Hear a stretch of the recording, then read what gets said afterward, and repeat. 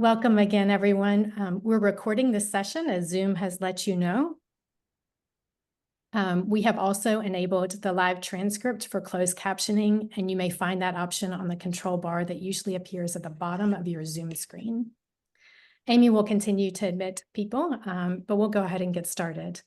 I'm Laura Barbas-Roden, faculty member at Wofford College in Spartanburg, South Carolina in the United States, and I'm past co-president of ASLE.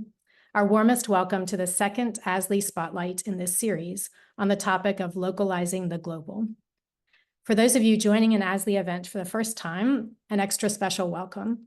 We are so glad you have joined us today and invite you to help sustain and further our work by becoming an ASLE member if you are not already part of the association. I am joining you today from lands important to the Cherokee and Catawba peoples in territory that was cared for by them and others before them for generations, and ceded by the Cherokee to the South Carolina colony in 1755. ASLE acknowledges its offices located in the Indakina, the ancestral and unceded homeland of the Abenaki people, along the Connecticut and Ashwellet watersheds, and in the shadow of Mount Monadnock. We recognize that this land has been cared for by the Abenaki for at least 12,600 years, including by the Sokoko, the Pennacook, and other Wabanaki peoples. ASLE offers this statement as a way of affirming its commitment to recognizing and supporting Native history and culture in the Monadnock region and all regions where our members and officers dwell, past, present, and future. ASLE leadership launched this series in 2021 to elevate the work of our members in creative writing, scholarship, public engagement, and more. We are excited to continue to foster connections with new audiences throughout the spotlights. By way of logistical information, we ask that you remain on mute the entire time. We'll have questions later, and we'll ask that you use the chat to post your questions. Please try to keep those questions concise since we have only brief moments together. And it's a pleasure now to introduce my co-host, Amanda Smith, Associate Professor of Literature at the University of California, Santa Cruz, with affiliations in Spanish Studies, Latin American and Latino Studies, Environmental Studies, the Dolores Huerta Research Center for the Americas, and Critical Race and Ethnic Studies. Dr. Smith's research explores cultural responses to environmental crises in Latin America, with particular emphasis on the Amazonian and Andean contexts. Dr. Smith is the author of Mapping the Amazon, Literary Geography After the Rubber Boom. And I'll turn things over to her to introduce our first guest. Okay, so we're going to jump right in, and our first presenter is Catherine Diamond. Catherine Diamond is the playwright director of the Canary Ecological Theater Project, KETEP, that performs all over Southeast Asia. She is also a professor of theater and environmental literature at Soochow University in Taipei, Taiwan, and the author of Communities of Imagination, Southeast Asian Contemporary Theaters, came out in 2012. Her latest articles are Theater of Gods and Animals in Post-Human Southeast Asia, Ecocritical Entanglements Across Species Boundaries, that came out in 2025, and Performing the Insect and Its Mysterious Metamorphosis, and that came out in 2023. Her current research interest is in the role of Southeast Asian zoos. So we'll let Catherine speak. Hello, everyone. I hope you can hear me okay. The Canary Ecological Theater Project started in 2010 in Burma and Myanmar at a festival. And its foundation is to use local stories to deal with local environmental issues. And so we started off with the problem of tigers in Burma. There's a big tiger reserve that has been found to have no tigers left in it. So starting with this kind of premise, we adapted a famous story about tiger in Myanmar. So I had been teaching environmental literature and also working in theater, and I was looking for a way to combine the two in a place that could make use of my research in Southeast Asia and Southeast Asian dramatic styles and forms as well. So it's been a wonderful experience to work with different groups of people each time I go to a different country. We worked at festivals, in dramatic academies, communities, working with all different kinds of people and all different kinds of actors, from students to professionals to community people who are on stage for the first time. So it's always quite a mix, or most of the time it's a mix. I guess there are a number of issues that one has to address with me as originally an American, now living in Taiwan, when we go to foreign countries, and how we address issues there in both a sensitive and creative way. So working with people, I bring a basic framework for the play, and then that's been based on what people have told me and what I've seen in the place. And then because it's a basic frame, we can adapt it through the rehearsal process. I do not like to start from ground zero and devise something, because we don't have very much time.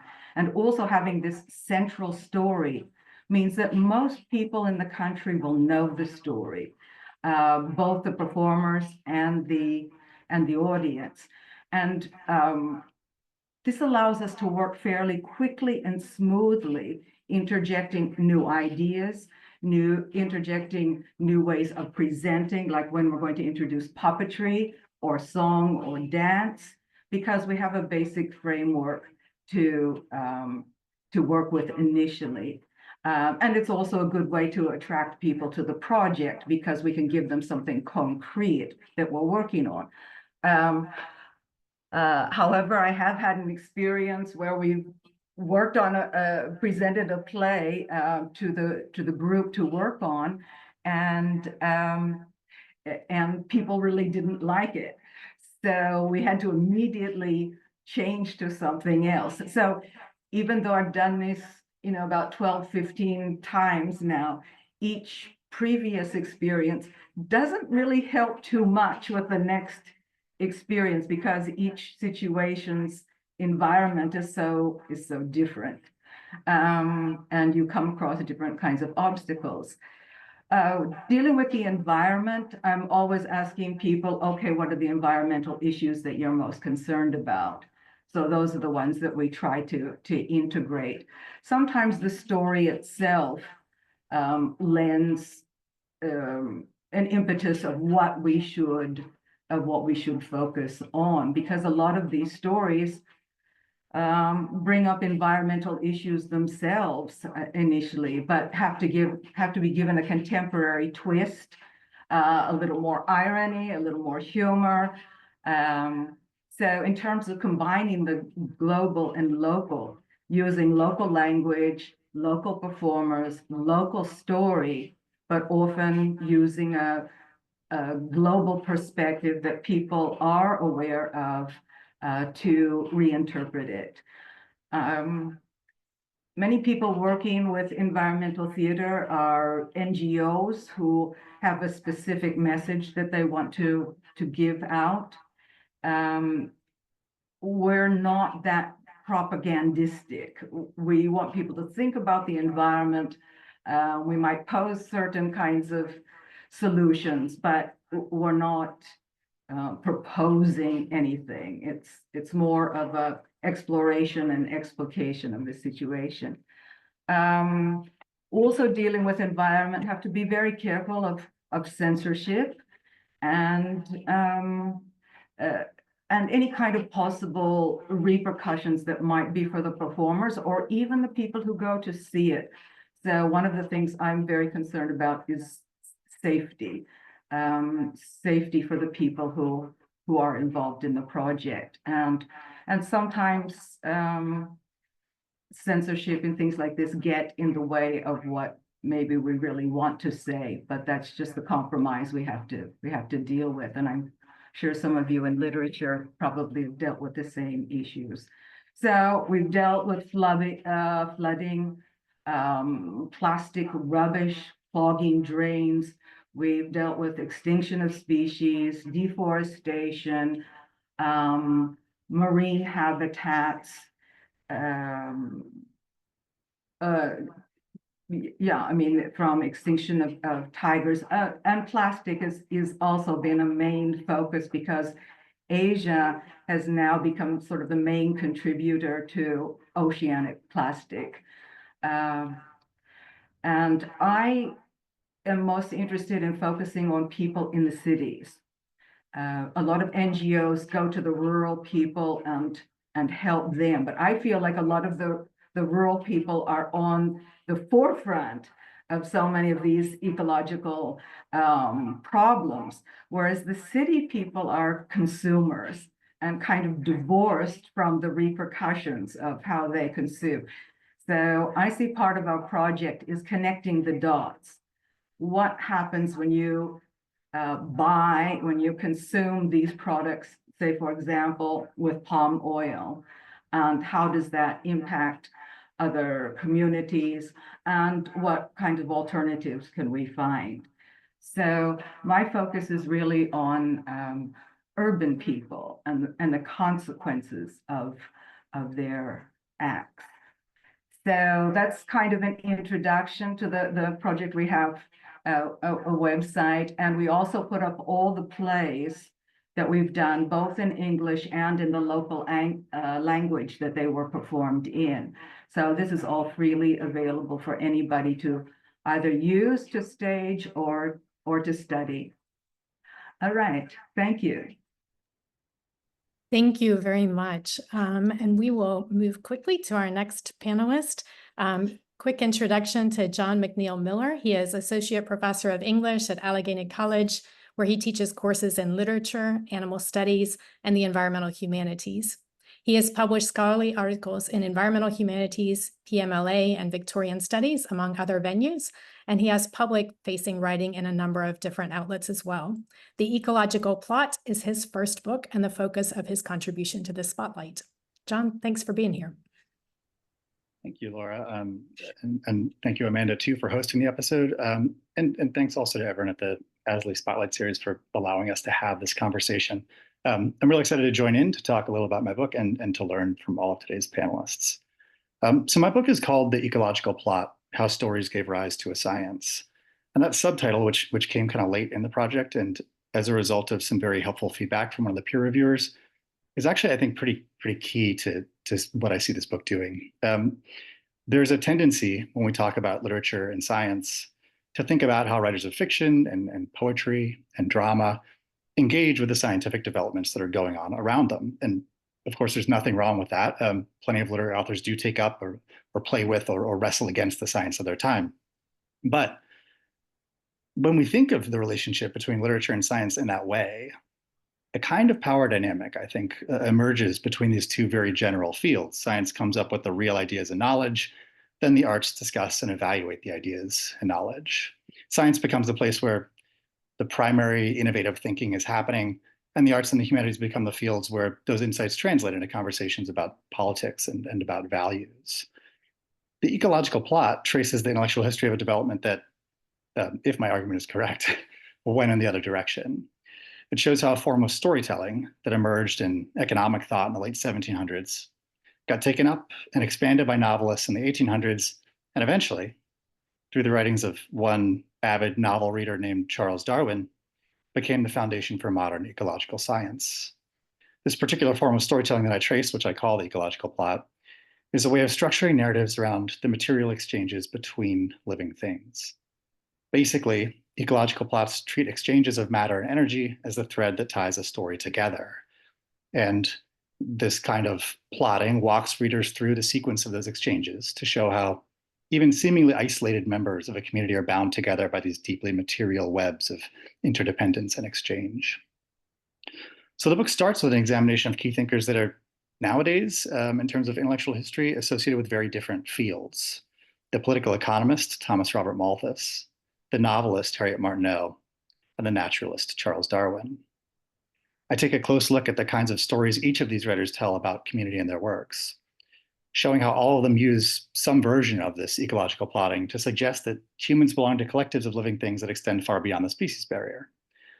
And I examine the way that these three thinkers read and wrote about each other to try to trace the lines of influence between them. The rest of the book looks at how these three big, broad fields that these thinkers belong to eventually broke apart.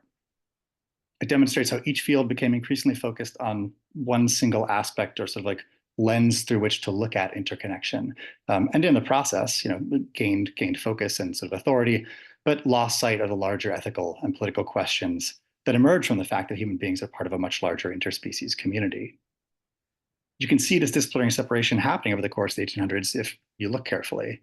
There's like a sort of closing of ranks among practitioners of three different forms of writing about community: economics, ecology, and realist fiction. Maybe expectedly, because I'm a literary scholar interested in the forms of writing that help to shape such divides, most of the chapters focus pretty heavily on novelists like Elizabeth Gaskell, George Eliot, and Thomas Hardy. All of these authors, I think, are really sort of chewing over and meditating on their relationship to political economy and to the natural sciences, considering both the strengths and the drawbacks of those other ways of understanding community. But even though the book does have this kind of literary focus, it also spends some time looking at the writings of naturalists like Darwin, obviously, but also Alfred Russel Wallace, and economists like James Mill, William Stanley Jevons, all in the service of demonstrating the kind of disciplinary separations that led to our current sense of what these fields do and study and what their specialties are today. The book ends by highlighting the resurgence of ecological plots in popular environmentalist writers of the 20th century, like Rachel Carson and Aldo Leopold. And it also concludes with a call for a renewed conversation between the fields of economics, ecology, and literature of the kind that gave rise to ecological plotting in the first place. Basically, I'm hoping that we can develop a new and more extensive kind of interdisciplinarity in order to hopefully resolve the sorts of political, intellectual, and moral conflicts that contribute to all the wicked environmental problems of the present. So I'm really excited to be thinking about this history under the heading of localizing the global today, because those terms, the global and local, are really relevant to the project, and yet I don't foreground them that explicitly in the book. So I expect I'll learn new things today about everyone else's projects, but also hopefully some new things about my own too. So thanks everyone for listening, and I look forward to further discussion. Thank you so much, John. Now we're going to hear from Victoria Saramago, Jens Anderman, and Gabriel Giorgi about their Handbook of Latin American Environmental Aesthetics. So Victoria Saramago is Associate Professor in the Department of Romance Languages and Literatures in the Committee on Environment, Geography, and Urbanization at the University of Chicago. She is author of the award-winning fictional environments, Mimesis, Deforestation, and Development in Latin America, which came out with Northwestern University Press in 2021, and investigates how Latin American novels have interfered in and interacted with perceptions on environmental change. She is also co-editor of Literature Beyond the Human, Post-Anthropocentric Brazil, which came out in 2022 with Routledge. Her current book project, which is phenomenal, I've had the pleasure of reading parts of it, has received a National Endowment for the Humanities Fellowship and investigates how Brazilian artistic practices have shaped perceptions of the production and consumption of electrical energy. Gabriel Giorgi is principal researcher at the Consejo Nacional de Ciencia y Técnica, CONICET, in Argentina, and professor at New York University. He works on Latin American contemporary literatures, art and cinema, with a focus on the Southern Cone and Brazil. Biopolitics, the non-human, and queerness articulate many of his critical interventions.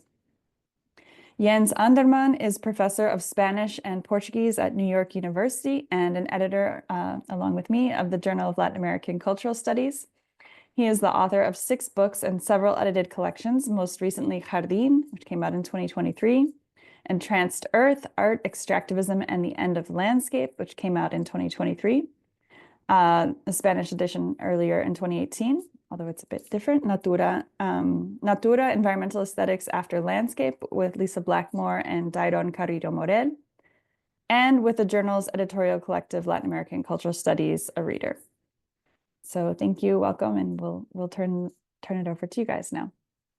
Thank you. Thank you to the ASLE Spotlight series and to our wonderful co-hosts Amanda and Laura for this opportunity. So I'm going to start introducing the book, and I'm going to talk a little bit mostly about the premises that guided us. So we co-edited this project, right? You can see here it came out by De Gruyter in 2023 as an ambitious project, and we are very excited with the reception that it has been having. And in this sense, I wanted to tell you guys more a little bit about what moves us in this project. So our present climate crisis, of course, it confronts us with epistemological, cultural, even existential changes, right? We can think, for example, of the emergence of the non-human and the more than human as paradigms to understand notions of agency, for example, the move from global to planetary, right, with the Anthropocene and alternatives to the Anthropocene, the Capitalocene, the Plantationocene, right? Or we can also think about extractivism, the many waves of extractivism that have really shaped the globe, and now in the 21st century, neo-extractivism, right? As well as alternatives to the extractivist paradigm through post-extractivism or notions such as the buen vivir, like a living well, right? And many others. And in this context of change, of transition, we thought, we are asking ourselves, and what about aesthetics, right? This intellectual tradition that for the past couple of centuries has been investigating that which appeals to the senses, right? So our question is how to rethink or reconceptualize our understanding of the aesthetic in light of the emergence of planetary agency, of this intrusion of Gaia, right? That which goes beyond human actions, and the constellation of related non-human, including non-living for sure, forms of agency that this emergence makes visible and urgent. So in other words, how to imagine things differently, right? And bring it back to the topic of our conversation today, localizing the global. As you can see here, we ask these questions from the viewpoint of Latin American studies, right? And ask how Latin America and Latin American culture and theories and history can contribute to this task. So, because reading for the planet, we argue, does not mean letting go of the local and particular frameworks of meaning that unfold cultural production, at the same time as this cultural production often challenges or innovates these very frameworks, right, on which we work. And in Latin America, as many of our chapters show, has rich intellectual traditions geared towards an overcoming of essentialist conceptions, for example, of inquiring onto notions of heterogeneity, of reconfiguring dynamics of center and periphery, right? And of course, the Latin American history is a history of colonialism ever since the European arrived in the continent, right? So of waves of extractivism, of exploitation of nature, of human labor, right? And the coloniality that has remained after the independence of Latin American countries from Spain and Portugal. So in this sense, this colonial history has been crucial to the development of the global capitalism that has generated the climate crisis that we live in today, right? But beyond coloniality, we can think of ancestrality, right? In other words, how to recover knowledges and arts of living in ways that define modern historicity, as well as the racialized cultural canons of the nation state. So this means to center indigenous, Afro-descendant, and feminist voices that bring up marginalized archives, foreclosed knowledges, and histories of territorial struggles.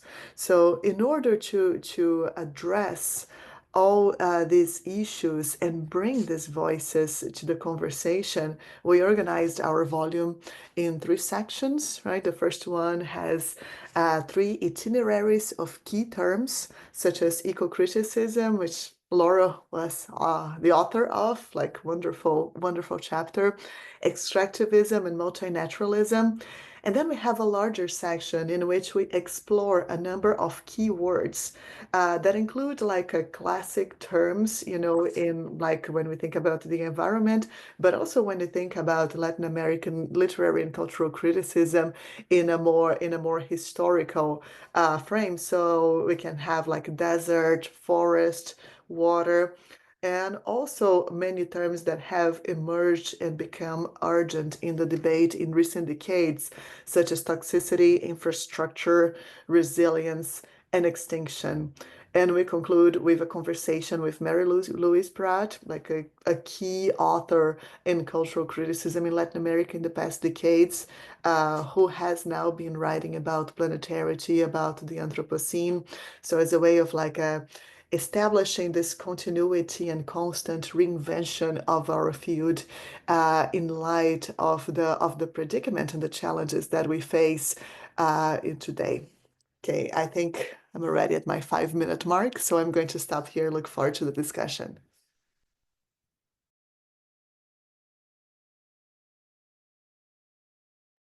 Thank you very much, Victoria. And I know we've had some people join since the beginning, and I'll remind everyone that you'll have an opportunity to ask a question. You can put the question in the chat at any time, or you can wait until after our last speaker presents and add it then. And it's my pleasure to introduce Malcolm Sen, Associate Professor in the Department of English at UMass Amherst. He leads the university's Environmental Humanities Initiative and is the co-chair of its campus-wide sustainability strategy working group. He is the principal investigator of UMass Amherst Anthropocene Lab, and his research focuses on questions of sovereignty, migration, and race as they emerge in climate change discourse. His literary archive spans global Anglophone, Indian, and Irish literatures. He is co-editor of Postcolonial Studies and Challenges of the New Millennium, published by Routledge in 2016, editor of the History of Irish Literature and the Environment, 2022, and co-editor of Race in Irish Literature and Culture, Cambridge University Press, 2024. His monograph, Unnatural Disasters, Irish Literature, Climate Change, and Sovereignty will be published by Syracuse University Press in 2025. Welcome, Malcolm. Well, thank you very much, Laura, and thank you, ASLE, for having me. I'm here really representing several scholars. There are 19 chapters in this gigantic book, and I'm going to try and do justice to some of them. I might push my 5-minute mark, but I hope that's okay. Area studies, for all the right reasons, as we know, has been under scrutiny for some time now. Those questions become especially pertinent in the global context of the climate crisis. We recognize that the early 21st century is a time when cross-border transgressions, migrancy and exile, poverty and precarity are normative conditions of everyday life. What then about the national? The territorial fetish of sovereignty too is being haunted by the latitudinal and longitudinal effects of a new Earth system rapidly evolving under a new climate regime. Even as world systems theories, the financialization of the planet, and other factors revise secure conceptualization of the local, sustainability discourses, especially indigenous sustainability discourses, rarely far from sovereignty discourses, demand an elaboration under changing planetary conditions. These conversations and concepts were on my mind when I was asked to edit a history of Irish literature and the environment. This was a daunting proposition because Irish literary evocations of the natural world, as my co-conspirators and contributors in this particular panel will know, have a very, very deep history, like many other indigenous literary systems.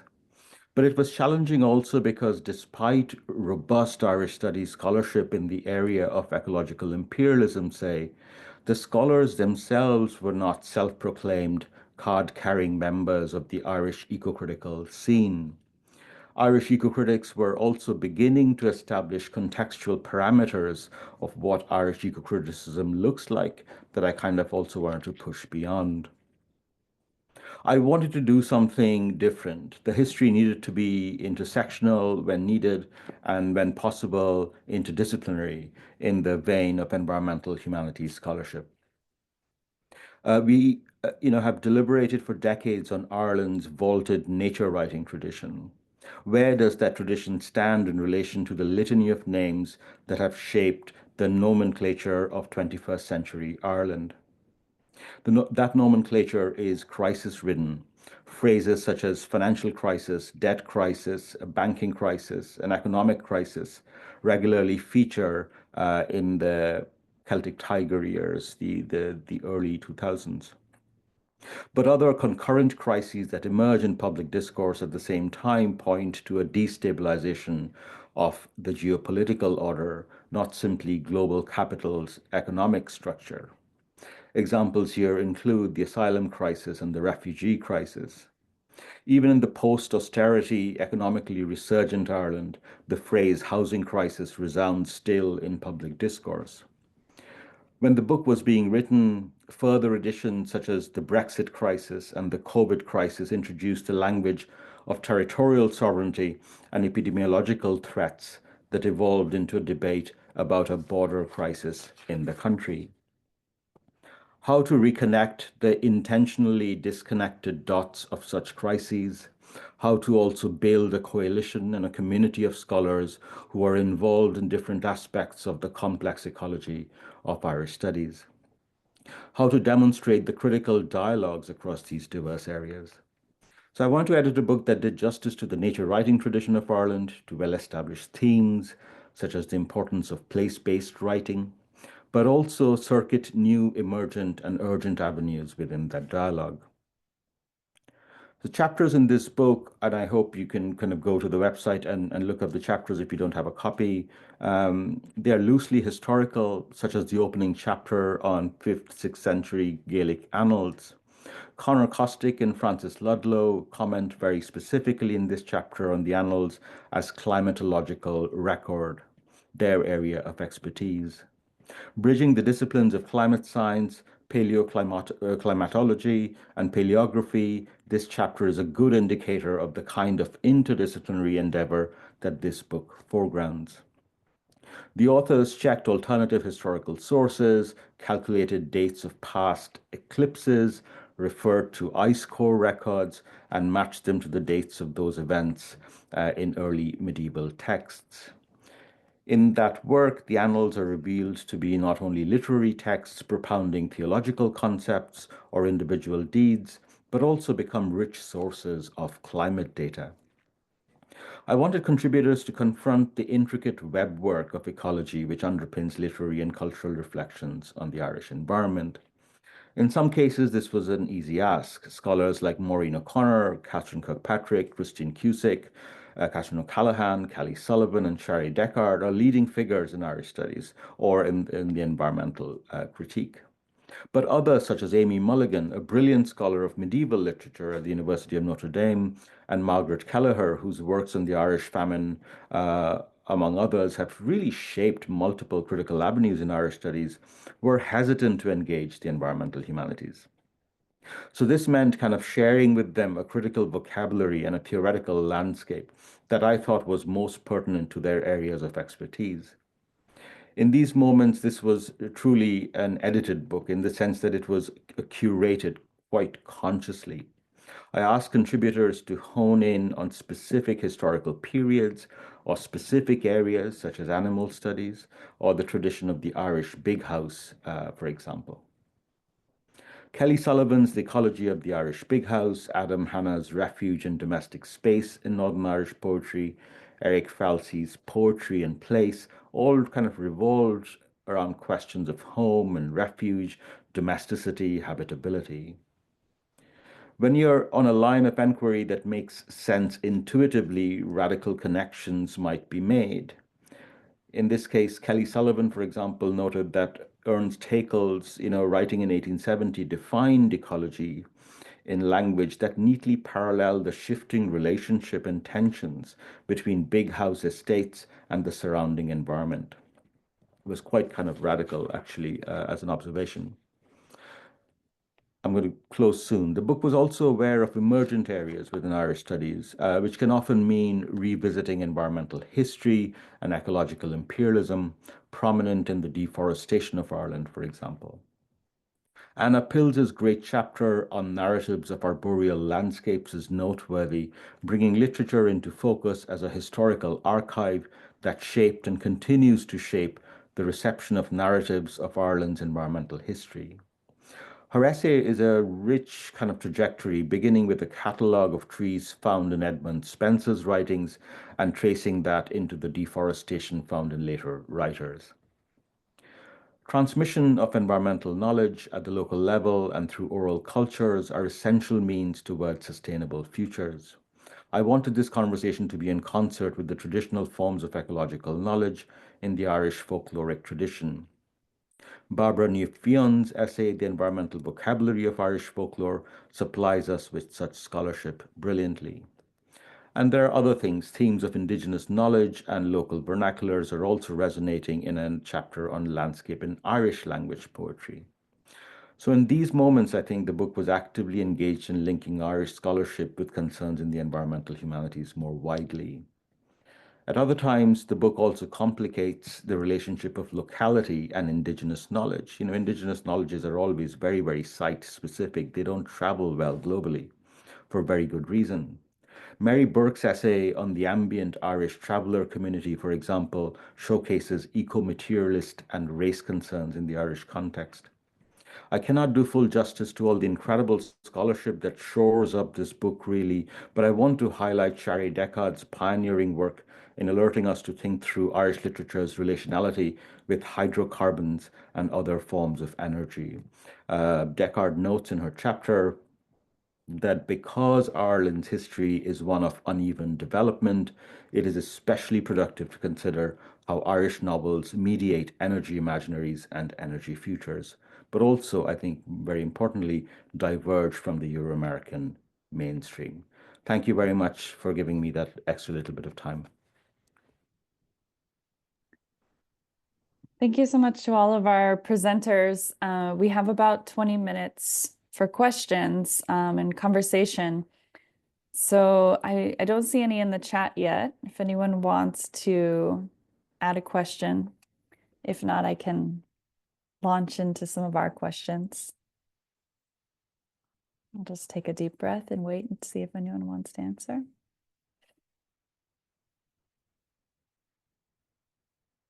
My favorite thing about ASLE is that everyone breathes before all the panel presentations at the conference. Okay, well, I'll launch into one of our questions then. This is a series, or our second episode is called Localizing the Global, and we have these projects from a pretty broad geography. They explore literary and cultural production in relationship with the more than human world. And so I'm wondering if each of you could speak to both the specificity of the human, non-human relationships in the regions that your projects focus on, and also the comparativist implications across a wider geography.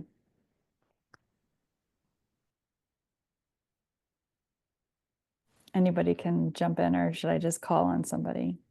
I don't want to put you on the spot. I can start. All right, thank you. First of all, thank you guys for organizing this and for the conversation. You know, this is a wonderful question, and the handbook that Victoria and Jens and I put together, in many ways, is an attempt to try to respond on how the specificity of a region like Latin America respond and interact with question of planetary scale, no? such as the questions that we are dealing with. Very briefly, from the region that we work on, and then where we do politics. I'm right now in Argentina, so the question of situatedness is very clear in my case. What I would say, perhaps, as three main elements that I think are some of the most urgent and in some cases interesting transformations in Latin America, I will point out three elements. On the one hand, the increasing centrality, visibility, and multiplicity of indigenous and Afro-diasporic vocabularies at work in contemporary cultural production in Latin America. I think this is one of the key mutations that we are witnessing, that is changing sort of the very foundational grammars of our national cultures. And this is one of the most exciting, on the one hand, cultural and political mutations that we are, and we try to follow the path of these mutations in the handbook. Of course, just one reference, which is a monumental text. If it's not in your radar, the text by Yanomami, Shaman, David Kopenawa, and Bruce Albert. It has been translated as The Falling Sky. This is an example of the type of reconfigurations of indigenous voices and the very problem of writing and literary culture in the region. And, you know, this is just one big example. There are plenty of examples, Mapuche poetry, and then epistemologies.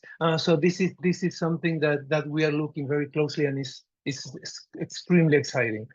On the other hand, in our region, and I will very brief, but you know, this is another dimension that is crucial. What we witness right now, the return of brutal extractivist policies by the hand of the far right. I mean, the case of Argentina is just one extreme case, but this is, you know, we have seen Bolsonaro in Brazil. So this is also another reconfiguration, which is very radical. Not that previous governments and, you know, the pink tide was not extractivist. Of course they were, but now there is a new push with new violence. So we're gonna, you know, we're witnessing also a transformation of the political vocabularies at work. And last but not least, I think that yet another dimension that is at work in the region, but this is also a planetary issue, is the way in which media conversation are being impacted by, you know, the sequence of catastrophes, especially fire. Now we have fire in Ecuador, in Brazil, in Argentina. So the non-human is speaking in the language of catastrophe, and this is also, you know, making an impact on the current configurations of media, politics, of course, with extreme denialism, but also with the ways in which culture is elaborating ways of naming the relationship with the non-human and with the web of life that are part of, you know, the laboratory of environmental thinking in Latin America. Thank you, Gabriel. Any of our other panelists? Could I mention something? I was struck by what you were saying in Argentina, because even though Southeast Asia and Latin America is still part of the global South, in Latin America, you have a unifying language. I mean, you have Portuguese in Brazil, but generally you have this Spanish speaking that that crosses borders.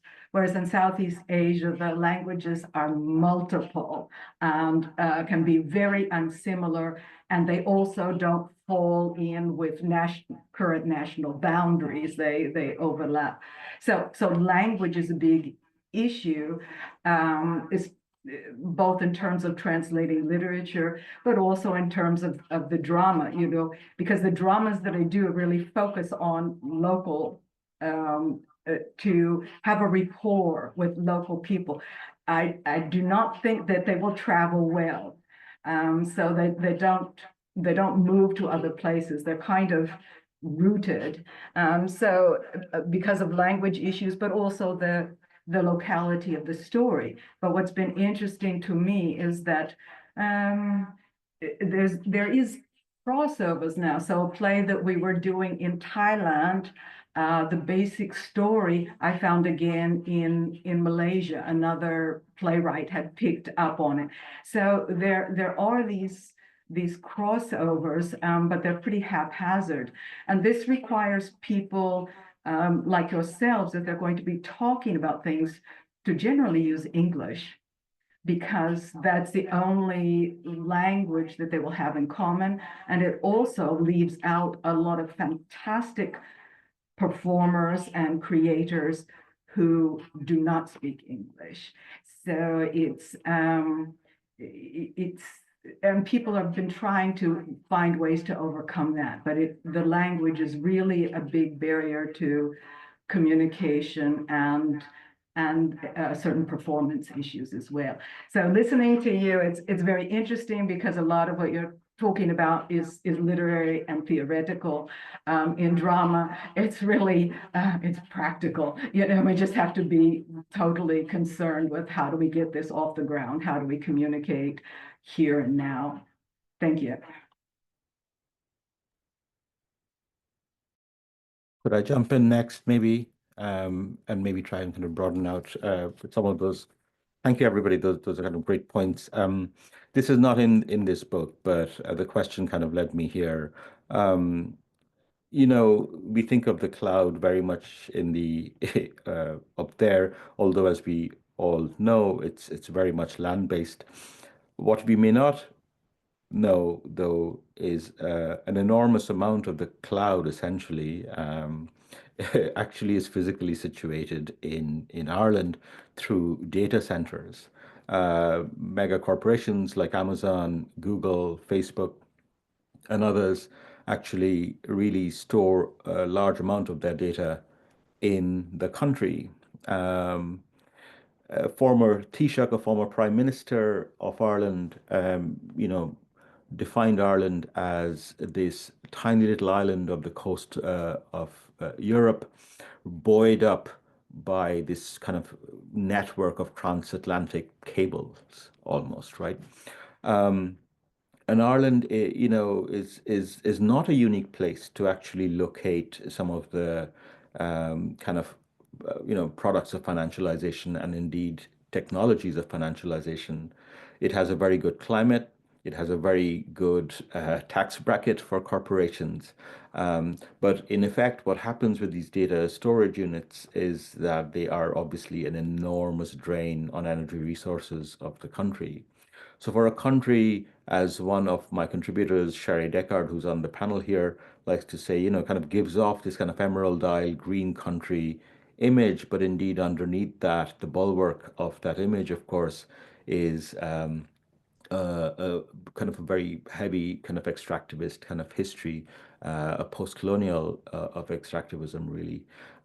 So in many ways, you know, if you're thinking about localizing the global, Ireland provides us with a very apt kind of location, I would say.